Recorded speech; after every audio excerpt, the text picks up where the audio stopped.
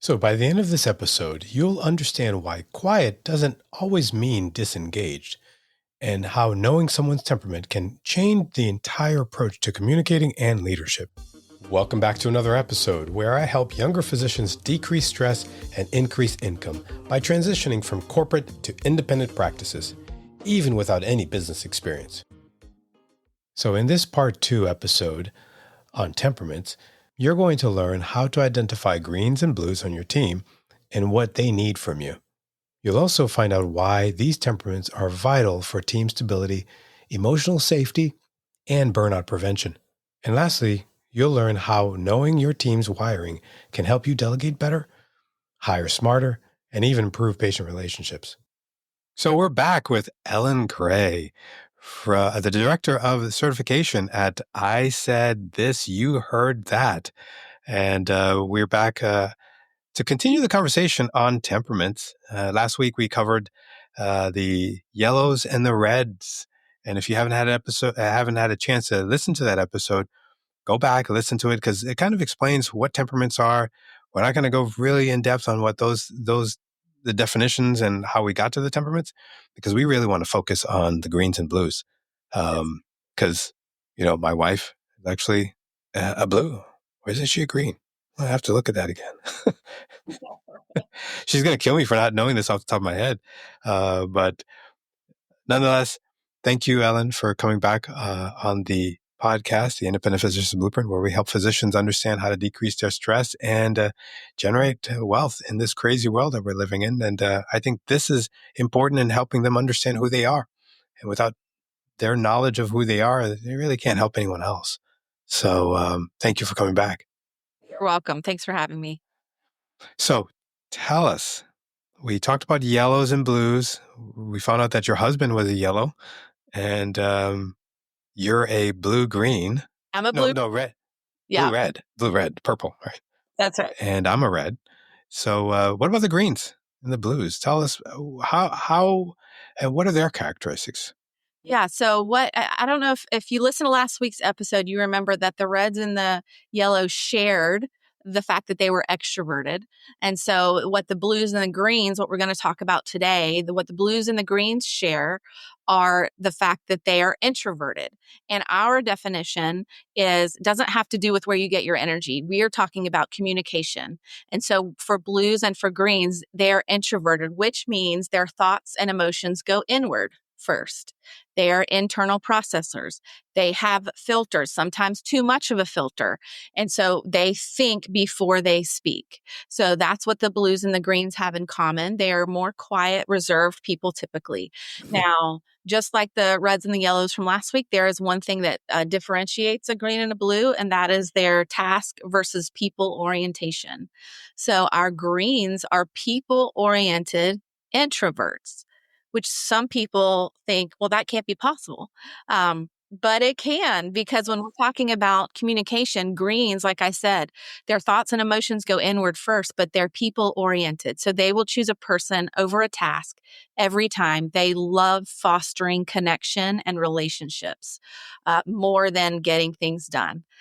And as you say that, I said, "Oh my gosh! Of course, that's my wife. That's my wife. She's a green." And I'm not surprised. Opposites attract, and so you're red, she's green. You're diagonal from each other. You're absolute opposites for sure.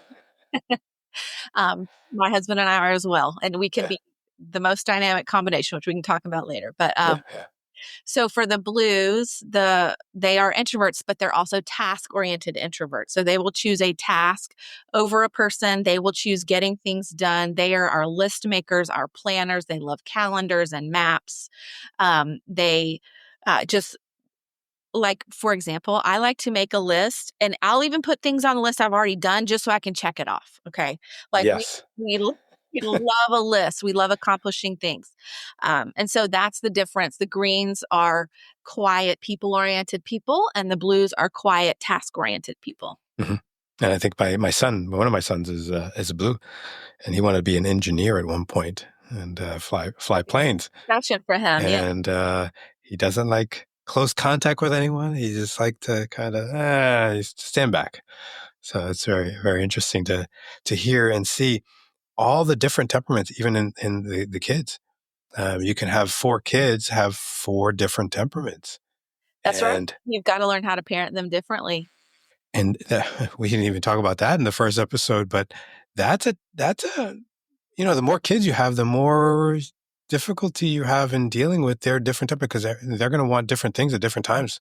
That's right. And And they're going to be motivated by different things. So you've got to figure out you've got to give consequences differently. You send a blue to his room as a consequence, that will make his day. He'd love to be in his room reading a book by himself, right?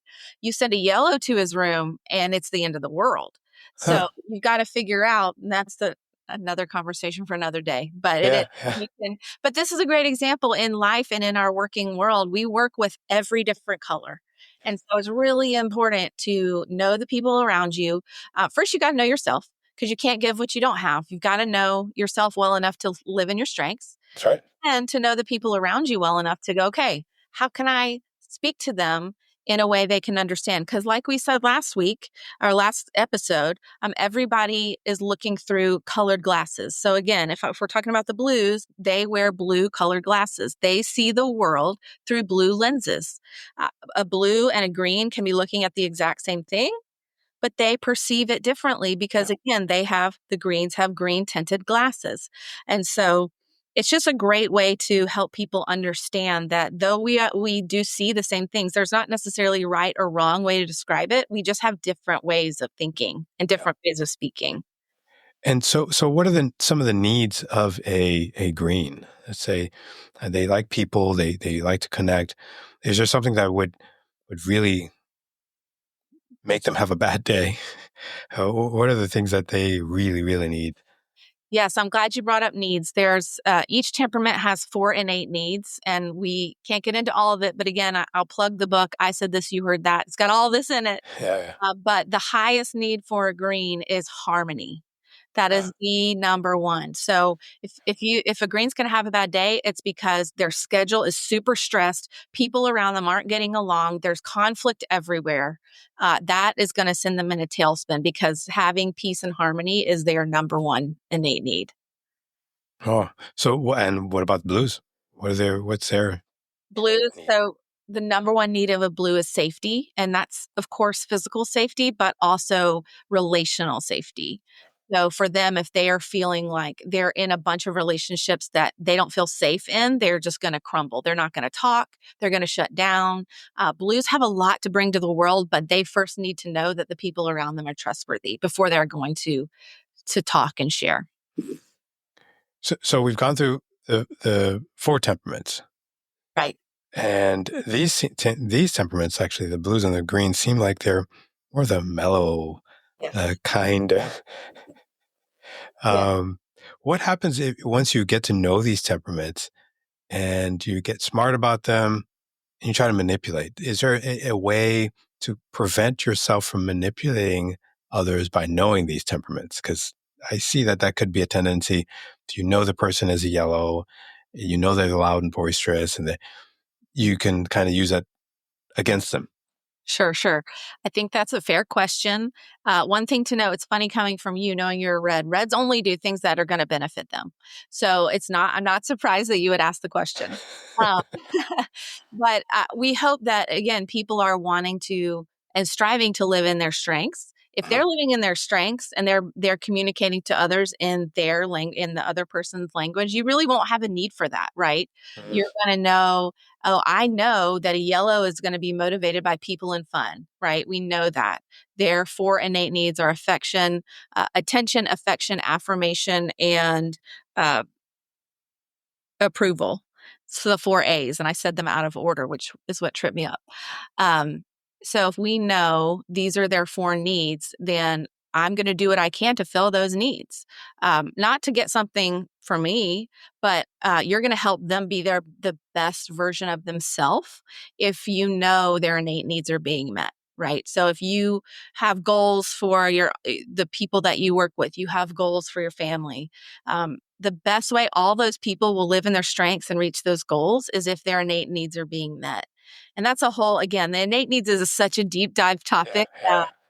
for each color, but just knowing the innate need of the person, of yourself, making sure your needs are being met. I tell people all the time, like, hey, self-care is awesome. There's a lot out there on self-care, but if you take time for self-care and you're not making sure you're filling your own innate needs, it's kind of a waste. It's really not going to help you. Like a massage is great and all, or whatever you do for self-care. But for me, for example, as a blue, one of my main needs is space and silence. So for me, my self care looks like getting up early before the rest of my house, having my cup of coffee, reading a book, maybe going for a walk, just having that quiet time does more for me than a massage or a pedicure. Do you know what I mean? So Yeah, yeah. It's interesting. knowing your innate needs and taking care of yourself is so important.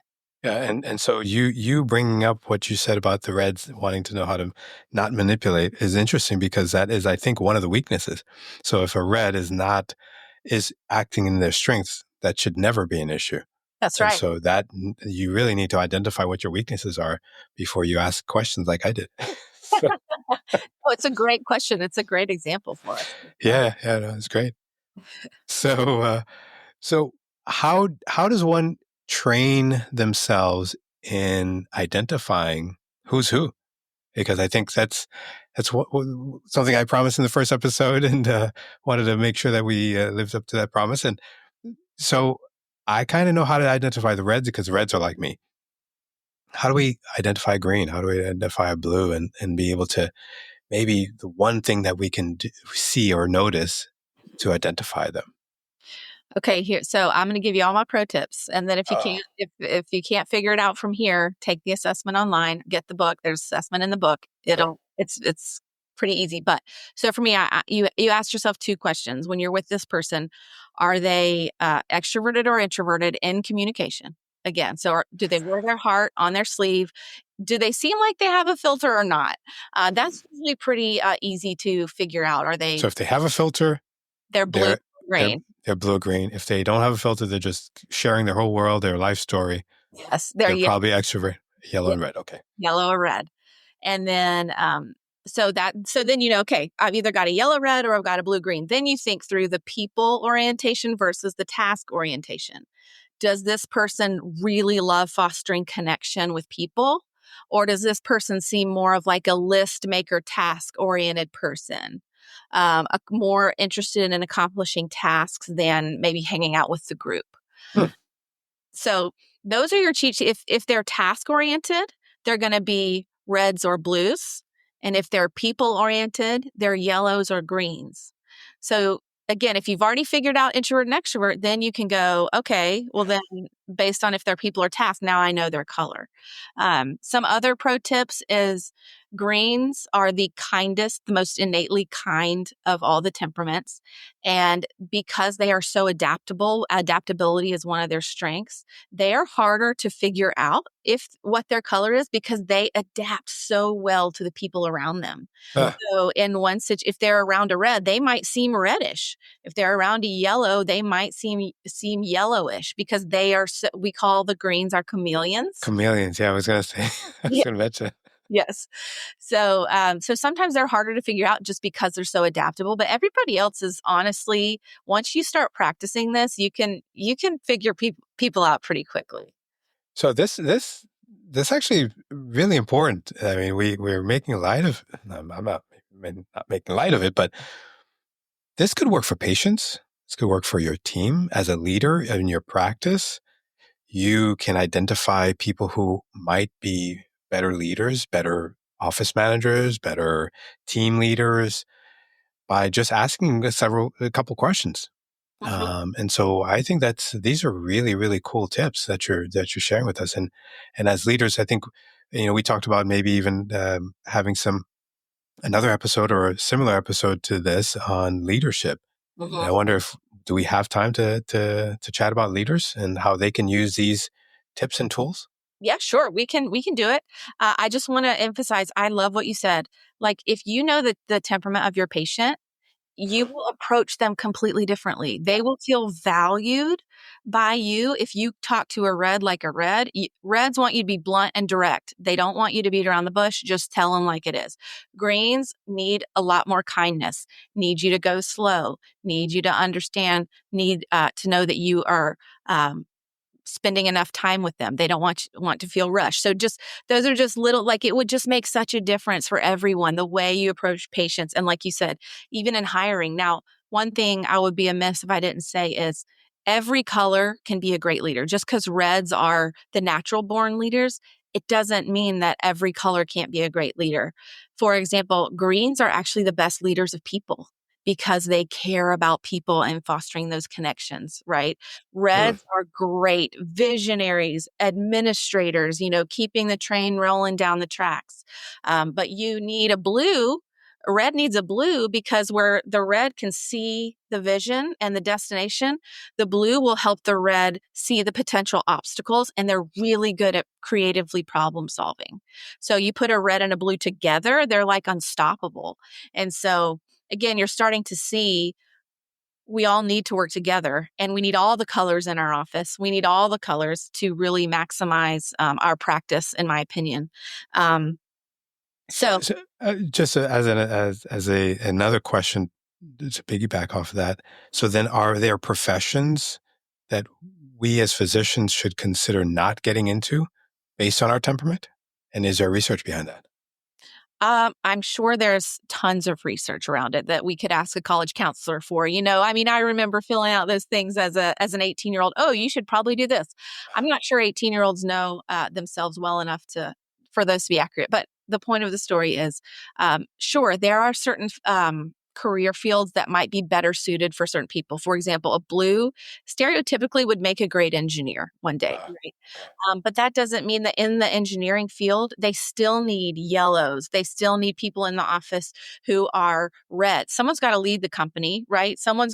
There's all these different roles. So even if you're, say you're a physician, you can be a wonderful physician if you can learn to harness your strengths. I don't want anyone to think, oh, I've chosen the wrong profession. No. If you're a task oriented person and you're with people all day, then you're going to have to figure out, okay, I may have to put these people on my to do list. And if I see these people as tasks, as harsh as this sounds, it's actually going to help the task-oriented physicians do better with the people if they feel like I am accomplishing my tasks by being a really, really good with this person. Does that make sense? So it's Yeah. it's all about orienting your mind around what are my strengths and what do I have, what are my weakness tendencies, and how am I going to manage those tendencies in a way that really honors my career and the people that I'm around. Hmm. Very interesting. Very, very interesting. Yeah. So I know you had some other things you want to kind of Yes. discuss on leadership and how temperaments play a role in that. What are your thoughts on that?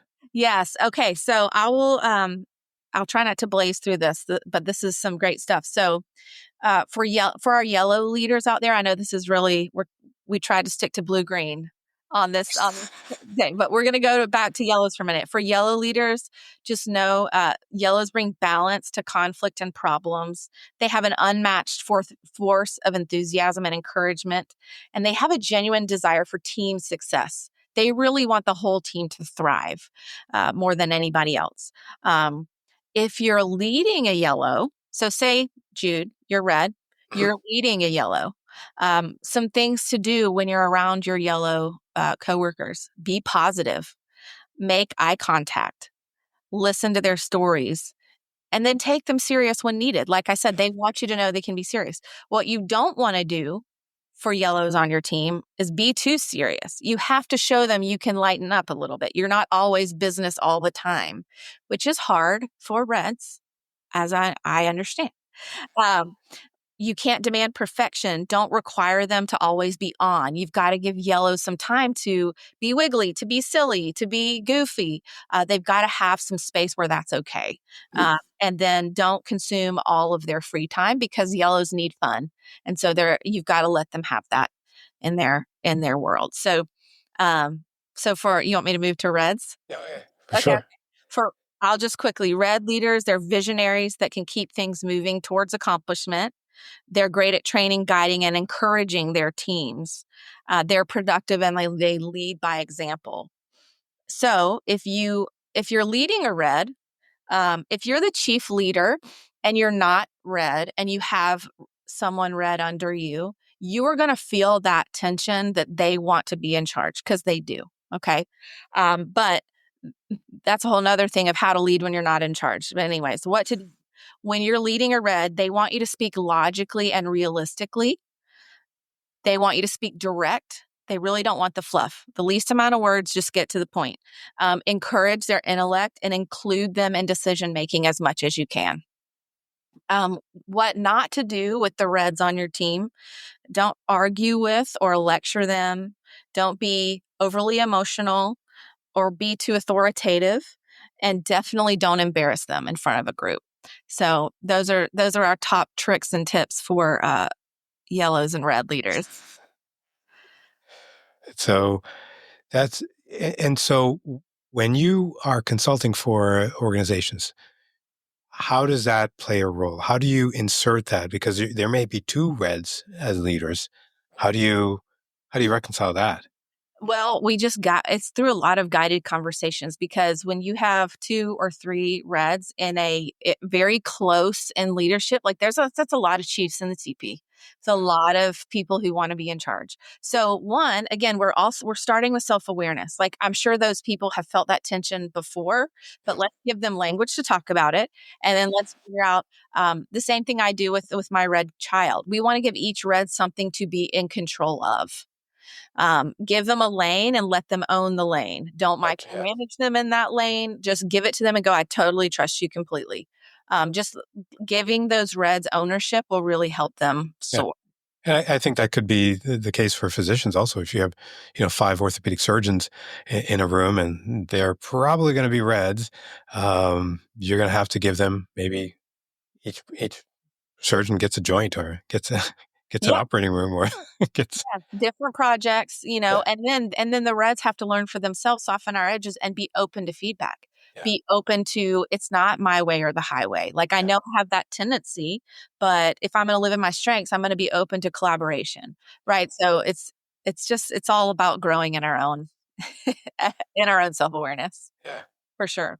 So I'll run through the blues and the greens. I know Sure. we need to wrap up. No, we've got time. Okay. So for our blue leaders, if you're a blue leader out there, which means, again, you're a task-oriented introvert. Blue leaders are detailed and empathetic in their understanding of those that they lead. Blue leaders harmonize interpersonal relationships into productivity, and they are creative, out-of-the-box problem solvers.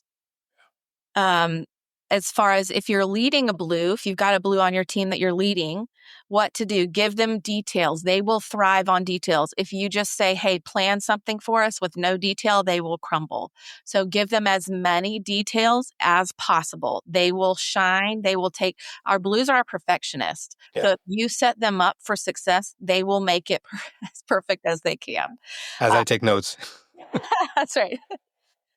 Believe in them and communicate that belief in them, because blues really struggle with self-doubt.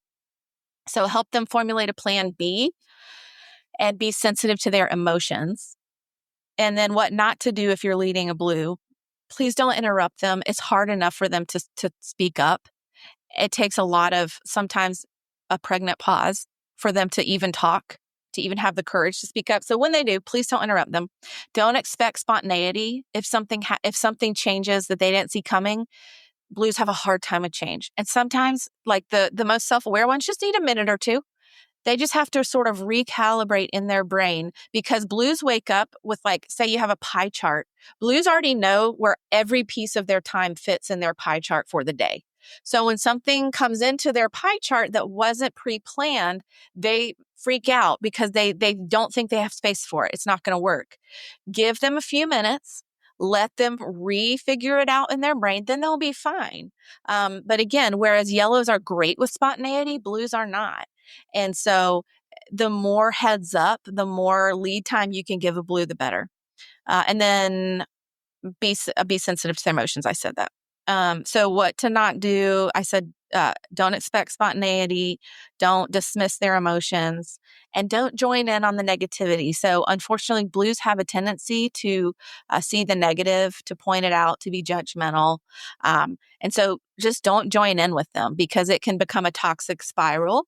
And so, you want to lead the way with positivity for blues. And as you're saying this, I can hear myself really sabotage relationships, especially with one of my children, because I do the complete opposite of this, and I can see the death spiral of emotions and just everything just falling apart when we're not listening to their temperament and listening to where they're at and how they are. So That's right. I And think a lot of breakdowns in relationships may be related to this not understanding how to deal with their temperaments. oh, absolutely. And one thing about blues are fine if you don't agree with them. They just want to know that you understand where they're coming from. Yeah. So in work and as a dad, you know, you don't have to agree with your child, but just saying something as simple as, "Hey, I totally understand where you're coming from," or "I totally see why you would think that because of your past experience or because of what you've been through." In work, saying the same things. Just that statement disarms the blue and helps them feel safe with you.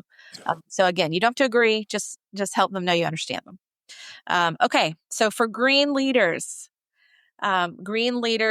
provide a great support system, a great place to work, and flexibility. Green leaders focus their care more on their people and processes more than the end result. And green leaders are the best at working smarter, not harder. So greens are amazing at that. So if you ever need to figure out, God, this seems too complicated, well, call a green friend, be like, or another green physician and say, hey, this is how we do it. What are we missing? What do you see as a better way? They will probably know a work smarter, not harder solution for you. Um, Green. So if you're leading a green, if you've got a green on your team, what to do? Be kind in criticism. Remember that they are the kindest. They are the most innately kind temperament. So be kind back. Encourage involvement because they will most naturally hang back and not get involved or volunteer. Give them time to process and let them do one task at a time. So again, they are a lot like the blues. They need time to process. They're internal processors. So again, something coming up at the last second, they're not going to do as well. If you've got a meeting tomorrow, if you can send an agenda ahead of time, the blues and the greens will thank you and respect you more. Yeah. Right. The reds and yellows, they don't need an agenda. They're happy to just come and shoot the breeze. And wing it. That's right. They are the kings of winging it. The greens and the blues do not want to wing it, right? Yeah. So give them an agenda, right? And then what not to do with our greens. Don't mistake their quiet for apathy. A lot of times, greens forget to tell their face to smile. They can come across as very unenthusiastic, right? But don't mistake that for apathy. They care deeply. That's just them, and they're just quiet people. But what you may find is if you're sitting in a meeting and the greens have nothing to say, let's say the blues and the greens aren't talking because the Mhm. reds and the yellows are jeopardizing the conversation. Um, if a blue walks out of that meeting, they will probably circle back with someone who was there and say, hey, what do you think about this idea? I kind of had this idea. Unfortunately, if you let a green leave a meeting and they didn't say anything, that great idea they had walks out of the meeting with them. They're not going to circle back around. You missed it. So, really making sure, hey, if you got a green on your team, hey, what are your thoughts? Making sure they're included. If they don't have thoughts, they'll tell you, but probably they do, and they're just waiting for a time to speak. Right. Um, and then I've just got two more. Not listening when greens speak up. It's a lot like the blue. Listen when they talk, and don't expect things done on your time frame. Greens operate at a different pace than a lot of people, but they will meet your deadline. As a blue, I would really prefer things done like 9 days ahead of time. It just makes me feel more secure. Greens, if it's due in 9 days, they'll do it in 9 days, but it'll be on time, right? And so you just have to know, hey, if you say this is the deadline, don't circle back and expect it before then. So I hope that's helpful. Oh my, is it helpful? I mean, this is almost like a master class on temperaments at this point. This is awesome, and all I can do is tell my audience that I've read this book probably twice, and I'm still getting stuff out of this. I'm still getting information out of this, and so I recommend everyone to pick up this handbook or this book. There's a video that we watched that Kathleen interviewed people with 4 different temperaments, and they were wearing different clothes. And it's an app. I shared that with my team, and it's just so enlightening because it allows us to know who we are, and then of course then to help our people and help our patients. Because that's ultimately what we're doing here is trying to help our patients live long and live healthy. But if you're not communicating with them, if you're not listening to them, and you're not getting their points across, it's going to go to deaf ears. So That's right. thank you for your work. Thank you for everything you've done and what you continue to do. And we're going to share this far and wide, and we'll have all the show notes. And thank you again for coming on the podcast. Thanks for having me. It's been a joy. All right, now, so that's a wrap. A wrap on part 2 of our temperament deep dive. Big thanks to Ellen Gray for breaking down the greens and blues, also known as the silent powerhouses we keep overlooking in our medical practices and even at home.